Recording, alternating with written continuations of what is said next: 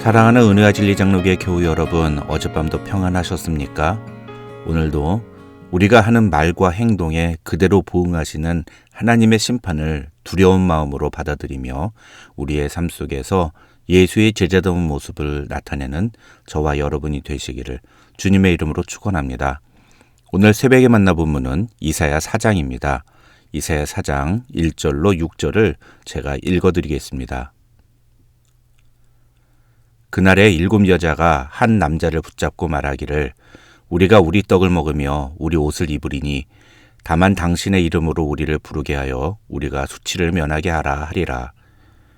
그날에 여호와의 싹이 아름답고 영화로울 것이요 그 땅의 소산은 이스라엘의 피난처를 위하여 영화롭고 아름다울 것이며 시온에 남아있는 자, 예루살렘에 머물러 있는 자, 곧 예루살렘 안에 생존한 자 중 기록된 모든 사람은 거룩하다 칭함을 얻으리니 이는 주께서 심판하는 영과 소멸하는 영으로 시온의 딸들의 더러움을 씻기시며 예루살렘의 피를 그 중에서 청결하게 하실 때가 됨이라.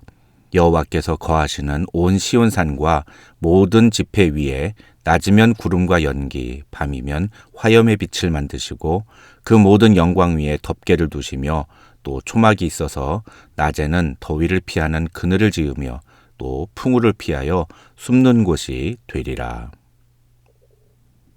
오늘 본문인 이사야 4장은 2장부터 계속된 유다와 예루살렘에 대한 하나님의 심판의 메시지와 연결되는 내용을 담고 있는 본문입니다. 오늘 본문은 사실 1절과 2절부터 6절까지 내용이 확연히 다른 내용이라고 할 수 있습니다. 쉽게 말하면 1절은 심판에 대한 내용인데 반해 2절부터 6절까지의 내용은 장래에 있을 회복과 하나님의 은혜가 그 핵심입니다. 오늘 본문인 이사야 4장은 히브리 문학이 갖고 있는 독특한 구조적인 특징을 보여주는 대표적인 사례라 할 수 있습니다. 다시 말하면 이 4장의 내용은 2장부터 4장을 하나의 통으로 다루어야만 그 의미를 제대로 이해할 수 있는 그런 독특한 구조라고 할 수 있습니다. 결론만 간단하게 말씀을 드리면 이 4장 2절로 6절은 2장 1절로 5절에 나온 말일에 있을 일들에 대한 예언을 다시 한번 반복한 것입니다. 그러니까 이사야 선지자는 이 2장부터 4장에서 유다와 예루살렘에 대한 하나님의 심판의 메시지를 전하면서 그 맨 앞과 맨 뒤에 여호와의 날에 임할 하나님의 회복과 은혜가 어떤 것인지를 기록하고 있다는 것입니다. 이러한 구조를 통해 우리는 이 이사야 2장부터 4장에서 이사야 선지자가 이야기하려는 메시지를 이렇게 정리할 수 있습니다. 너희가 이런 식으로 하나님을 배반하고 하나님의 뜻과 다르게 살아가면 하나님의 심판을 절대로 피할 수 없다. 하나님은 너희가 한 말과 행동대로 반드시 보응하실 것이며 그 심판은 매우 무섭고 절망스러운 것이 될 것이다. 그러나 하나님은 그렇게 너희를 심판하신 후에 하나님의 날에 반드시 너희를 다시 회복시키실 것이다. 이런 메시지를 제시하고 있다는 것입니다. 그런 관점에서 먼저 3장과 연결된 4장 1절의 내용을 좀 살펴보겠습니다.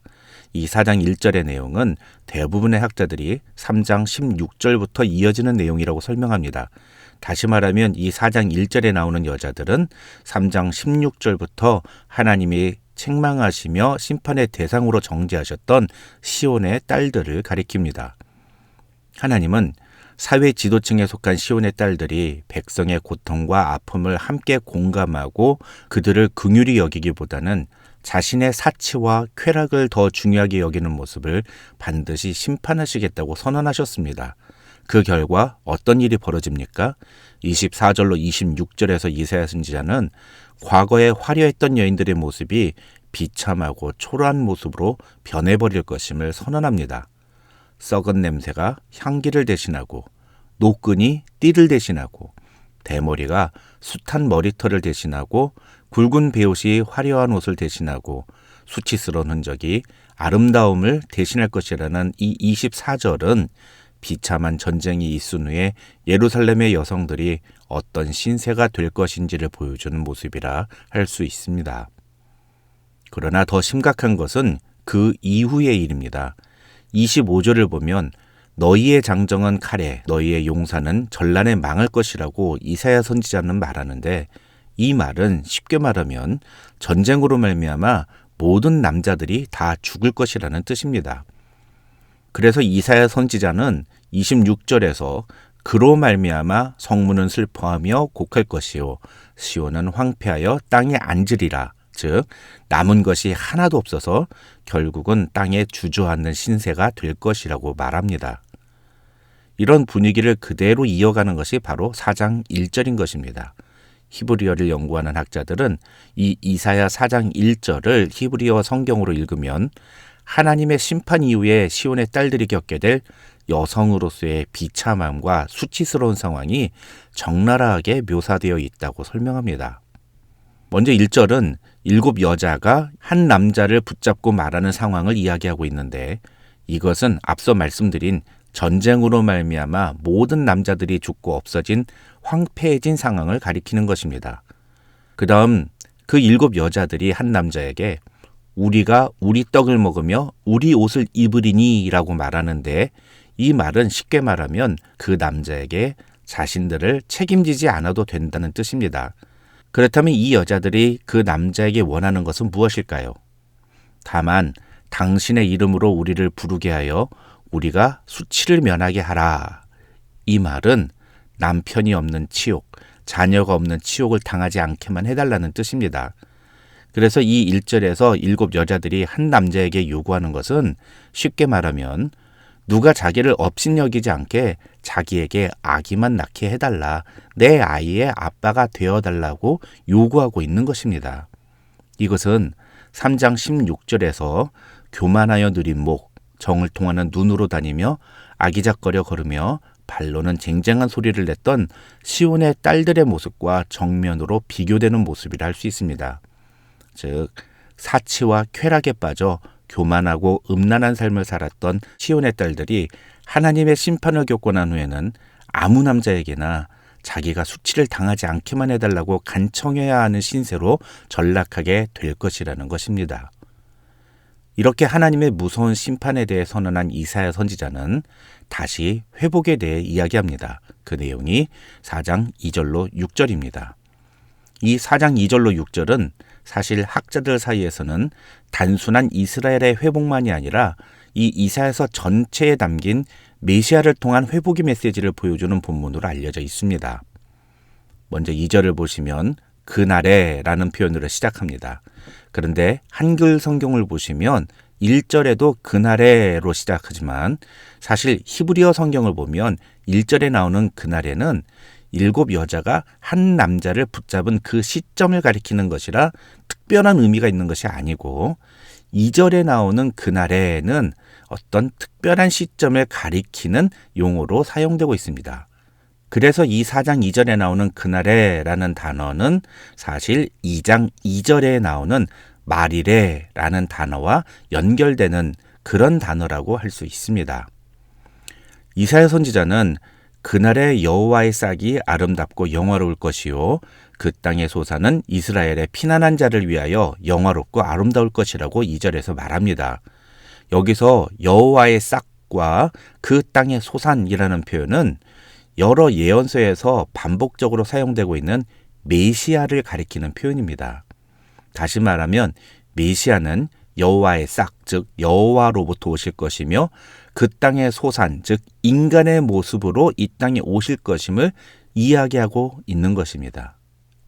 그 다음 3절부터 6절에서 이사야 선지자는 그렇게 말일에 임하실 메시아를 통해서 하나님의 은혜가 우리에게 어떻게 임할 것인지에 대해 이야기합니다. 첫째로 여호와께서는 그의 택하신 자를 거룩하게 하실 것이라고 말합니다. 3절과 4절이 바로 그 내용입니다. 3절을 보시면 시온에 남아있는 자, 예루살렘에 머물러 있는 자, 곧 예루살렘 안에 생존한 자라는 표현이 나오는데요. 이 사람들은 구약 예언서에 등장하는 매우 중요한 인물들입니다. 전에도 말씀드린 적이 있는데요. 이런 사람들을 가리켜서 영어로 렘넌트라고 부릅니다. 이 렘넌트들은 하나님에 의해 남겨진 자들로 하나님의 무서운 심판 속에서도 하나님의 은혜 가운데 황폐한 현실 속에서 살아가도록 허락된 사람들입니다. 학자들은 이 렘넌트들, 즉 남은 자들이 신약시대에 나타날 교회 공동체에 속한 성도들을 상징한다고 이야기합니다. 중요한 것은 그 뒤에 나오는 표현입니다. 그런 남은 자들 중에 기록된 모든 사람은 거룩하다 칭함을 얻을 것이라고 이사야 선지자는 이야기하는데, 여기서 기록된 자란 다니엘서 12장 1절과 시편 69편 28절 그리고 요한계시록에 등장하는 생명책에 기록된 자, 하나님께서 구원하시기로 작정한 자들을 의미합니다. 그래서 이 3절은 우리가 수요강단 시간에 배운 구원의 서정 중에 칭의의 개념과 연결되는 내용이라고 볼 수 있습니다. 다시 말하면 하나님께서는 그가 구원하기로 작정하시고, 그래서 하나님의 준엄한 심판 가운데서도 예루살렘에 남아있도록 허락하신 그의 백성을 먼저 거룩하다고 칭하실 것이라는 것입니다. 이 칭의의 작업은 어떻게 진행됩니까? 4절에서 이사야 선지자는 주께서 심판하시는 영과 소멸하는 영으로 시온의 딸들의 더러움을 씻기시며 예루살렘의 피를 그 중에서 청결하게 하실 것이라고 말합니다. 여기서 심판하시는 영과 소멸하는 영은 곧 성령을 가리킵니다. 디도서 3장 5절을 보면 바울은 주께서 그의 긍휼하심을 따라 중생의 씻음과 성령의 새롭게 하심으로 우리를 구원하실 것이라고 이야기합니다. 그렇게 성령께서는 시온의 딸들의 더러움을 씻기시며 예루살렘의 피를 그 중에서 청결하게 하실 것입니다. 여기서 시온의 딸들의 더러움을 씻기신다는 것은 죄악으로 말미암아 부끄럽고 수치스럽게 된 인간을 깨끗이 씻어주심으로 그 수치를 벗겨주신다는 뜻입니다. 또 예루살렘의 피를 청결하게 하실 것이라는 말은 앞서 2장과 3장에서 이사야 선지자가 이야기했던 유다와 예루살렘의 죄악들을 씻으실 것이라는, 용서해 주실 것이라는 의미입니다. 그것이 장차 오실 메시아를 통해 일어날 사건이라고 이사야 선지자는 예언하는데, 신약시대를 살아가는 우리는 예수 그리스도를 통해서 이미 그 놀라운 칭의의 은혜를 경험한 축복된 성도들이 된 것입니다. 그 다음 5절과 6절에서 이사야 선지자는 장차 메시아가 오시면 그날에 여호와께서 거하시는 온 시온산과 모든 지폐 위에 낮이면 구름과 연기, 밤이면 화염의 빛을 만드시고 그 모든 영광 뒤에 덮개를 두시며, 또 초막이 있어서 낮에는 더위를 피하는 그늘을 지으시며 또 풍우를 피하는 숨는 곳이 되리라고 말합니다. 이것은 출애굽기에 나오는 광야 생활을 묘사한 것입니다. 그런데 여기서 여호와께서 거하시는 온 시온산과 모든 지폐는 간단하게만 말씀을 드리면 오늘날의 교회를 상징하는 표현입니다. 그래서 이 5절과 6절은 장차 메시아가 이 땅에 오시면 하나님께서 그 메시아를 통하여 그의 교회 위에 자신의 임재를 상징하는 영광의 덮개를 덮어두시고 그렇게 그들을 보호하실 것이라고 이야기하고 있는 것입니다. 중요한 사실은 3절과 4절에서 말한 그 칭의와 마찬가지로 오늘 이 5절과 6절에서 말하는 하나님의 보호하심의 은혜도 우리가 이미 경험하고 있는 하나님의 은혜들이라는 사실입니다. 정리하면 이 2절로 6절에서 이사야 선지자가 이야기하려는 내용은 하나님의 준엄한 심판이 반드시 임하지만 그날이 지나고 나면 하나님께서 메시아를 보내셔서 하나님이 택하신 자들을 거룩하게 하시고 그들을 보호하실 것이라는 사실입니다. 그런데 그러한 놀라운 축복과 은혜를 우리는 이미 경험한 자들이 되었다는 것입니다. 사랑하는 성도 여러분, 저와 여러분이 바로 그 남은 자에게 임하는 축복을 경험한 자들임을 믿으시기 바랍니다. 그렇다면 이 말씀을 통해 우리는 죄에 빠져 사는 것이 아니라 하나님의 은혜와 보호하심을 바라보면서 오늘도 거룩하다 칭함을 받은 자다운 삶의 모습을 보이기 위해 노력하며 살아가는 것이 마땅할 것입니다. 우리 은혜와 진리 장로교회에 속한 모든 교우들은 이렇게 거룩하다 칭함을 얻은 하나님의 백성으로서 합당한 삶의 모습을 주께 보여드리는 신실한 하나님의 백성들이 되시기를 주님의 이름으로 축원합니다.